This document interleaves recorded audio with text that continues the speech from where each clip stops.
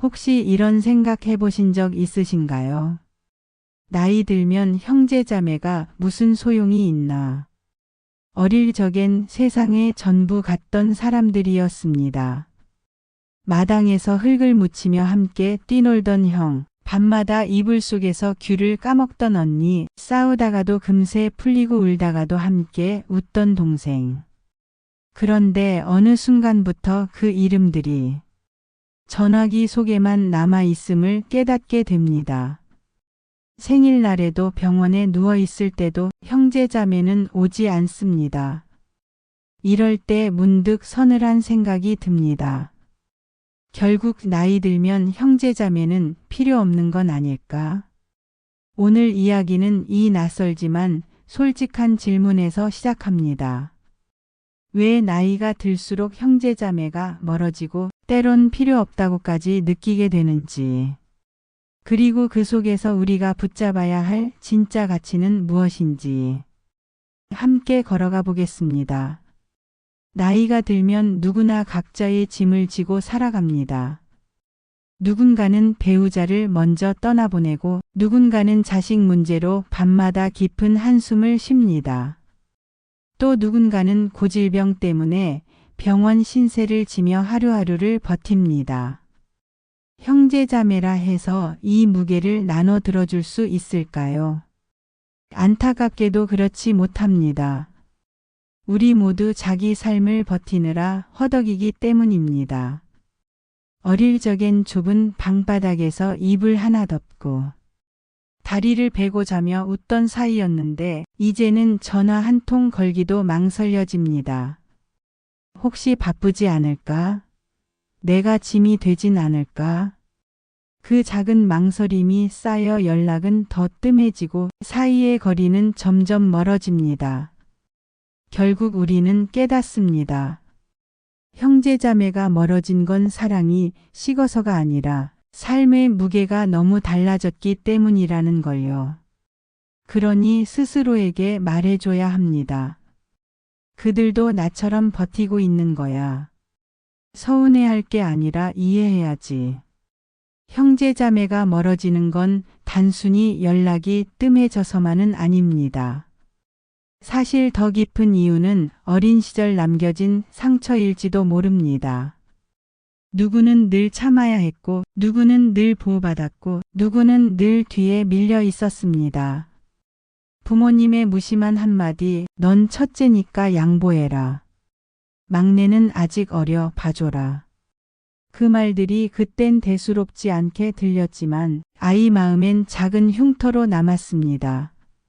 세월이 흘러 모두 어른이 되었어도 명절날 마주 앉으면 이상하게도 그 시절의 감정이 다시 올라옵니다.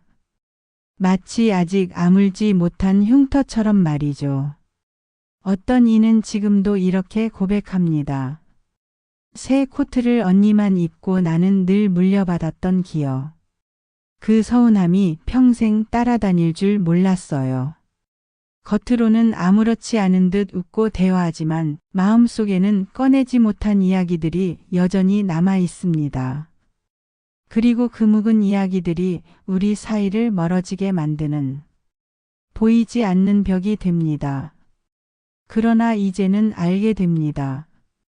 그 시절의 상처는 여전히 내 안에 있지만 동시에 그 상처를 이겨내며 살아온 것도 바로 나라는 것을. 그래서 스스로에게 말해줘야 합니다. 그때의 아픔 이제는 놓아주자. 좋았던 날들의 웃음만 기억하자. 형제자매의 사이가 무너지는 순간은 크게 다투는 자리가 아닙니다. 조용히 책상에 앉아 계산기를 두드릴 때 그때부터 금이 가기 시작합니다. 그리고 그 중심에는 언제나 부모님의 유산이 있습니다. 평생 부모님 곁을 지키며 수발을 한 사람은 내가 더 많이 받아야 한다는 마음의 보상을 원합니다. 멀리 떨어져 있던 형제들은 법대로 나누자라며 차갑게 이야기합니다. 이 작은 차이가 결국 마음의 거대한 벽이 됩니다. 한 어르신은 이렇게 털어놓았습니다. 30년 동안 부모님을 모셨습니다. 아버지는 늘 이 집은 내가 살아라 고생했다 하셨지요. 그 말 한마디 믿고 버텼는데 형제들 눈에는 그저 돈 되는 부동산일 뿐이더군요.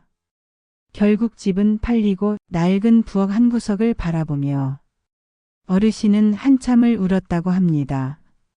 그곳은 어머니가 채소를 다듬던 자리, 가족의 추억이 가득한 공간이었기 때문입니다.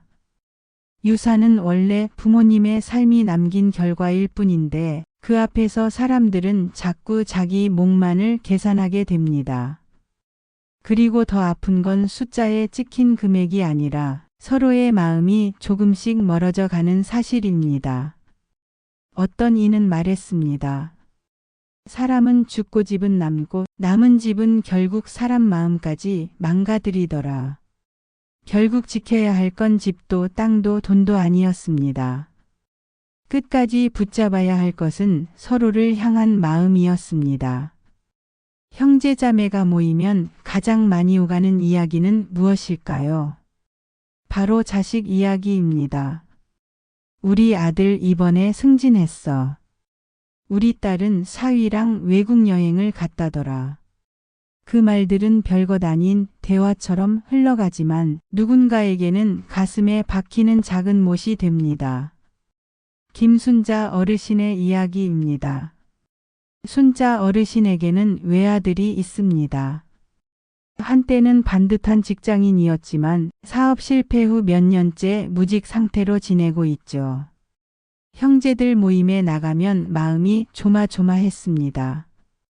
누군가는 판사 자랑, 누군가는 손주의 해외 유학 소식을 꺼낼 때 순자 어르신은 숟가락만 만지작거리며 입을 열 수 없었습니다.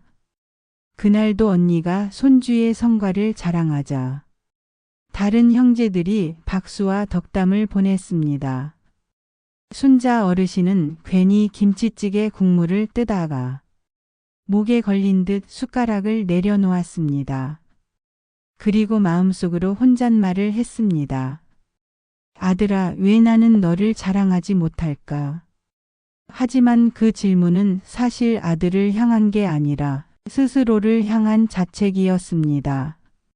형제자매 사이에서 가장 깊은 상처는 바로 이런 비교에서 생겨납니다. 누군가에게는 자랑이지만 다른 누군가에게는 씻기 힘든 열등감이 됩니다. 어떤 어르신은 이렇게 고백했습니다. 형제들 모임에서 자식 얘기가 나오면 그 순간 내가 제일 작아지는 기분이 들어 차라리 모임에 나가지 않게 됐습니다. 결국 우리는 알게 됩니다. 자식은 부모의 자랑일 수도 있지만 동시에 부모의 가장 깊은 아픔이 될 수도 있다는 것을. 그리고 그 차이가 형제자매의 마음의 거리를 점점 넓혀버립니다. 그래서 순자 어르신은 이제 다짐합니다. 아들아, 너도 너대로 살아왔잖아. 나는 그것만으로도 충분히 자랑스럽다. 형제자매는 어릴 적엔 세상의 전부였습니다. 학교에서 친구와 다투면 집에 와서 동생에게 하소연했고 겨울밤에는 언니와 이불 속에 숨어 귤을 까먹으며 한참을 웃고 떠들던 사이였죠. 하지만 세월이 흐르면 그 따뜻한 체온조차 추억 속에만 남게 됩니다.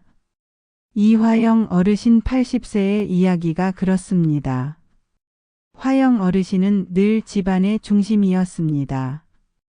명절이면 큰 상을 차려 형제들을 불렀고 생일, 제사, 잔치가 있으면 온 가족이 그의 집으로 모였습니다. 그때는 손이 부르트도록 설거지를 해도 힘든 줄 몰랐습니다. 모두 내 집에 와서 웃고 떠드는 걸 보는 게 기뻤으니까요. 그러나 시간이 지나자 형제들이 하나둘 오지 않기 시작했습니다. 애들 때문에 못 가. 몸이 예전 같지 않아 힘들어. 전화도 줄고 어느새 생신날 문자 한 통 없는 해도 생겼습니다. 그러던 어느 겨울 화영 어르신은 독감에 걸려 이불 속에서 혼자 누워 있었습니다. 혹시나 누군가 찾아올까 귀를 기울였지만 하루 종일 초인종 소리도 전화벨 소리도 들리지 않았습니다. 그때 깨달았다고 합니다. 형제자매는 내 삶의 일부였지만 결국 내 곁에 영원히 남아줄 존재는 아니구나. 하지만 이건 누구의 잘못도 아니었습니다. 모두 각자의 삶을 살아내느라 바빴을 뿐이었죠. 세월은 누구도 예외 없이 사람을 멀어지게 만듭니다. 화영 어르신은 담담히 말했습니다. 그래도 후회는 없습니다. 그 시절 형제들이 함께 웃고 떠드는 모습을 봤잖아요. 그 기억이면 충분합니다. 남지 않는다고 해서 없던 게 되는 건 아니니까요. 형제자매는 내 노년을 지켜줄 존재는 아닐지 몰라도 분명 내 인생의 어느 시절을 가장 빛나게 해준 사람들이었습니다. 이제 우리는 알게 됩니다.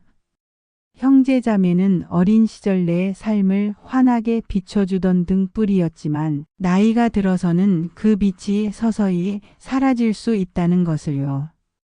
삶의 무게, 오래된 상처, 부모님의 유산, 자식 문제, 그리고 결국 찾아오는 이별까지. 이 모든 이유가 형제자매와의 거리를 만들었습니다. 하지만 그렇다고 해서 그 관계가 의미 없는 건 아닙니다. 그 시절 함께 울고 웃던 기억, 좁은 방 안에서 웃음소리가 퍼지던 순간, 낡은 솜잎을 하나로 추위를 견디던 그 밤들. 그 추억만으로도 우리는 충분히 가족이었습니다. 지금 내 곁을 지켜줄 존재는 형제자매가 아닐 수 있습니다. 이제는 내가 살아가는 오늘, 내 옆에 있는 사람들, 그리고 무엇보다 나 자신이 내 노년을 지탱해줄 가장 큰 힘입니다. 그러니 너무 서운해하지 않아도 괜찮습니다. 형제자매는 내 곁에 남지 않아도 내 인생의 어느 시절을 가장 빛나게 해준 소중한 사람들이었으니까요. 오늘 영상이 당신의 마음에 작은 위로가 되었다면 앞으로도 더 많은 이야기를 함께 나누고 싶습니다. 구독과 좋아요로 함께 걸어가 주시면 다음 이야기에서도 당신의 마음에 따뜻한 등불이 되어드리겠습니다. 감사합니다.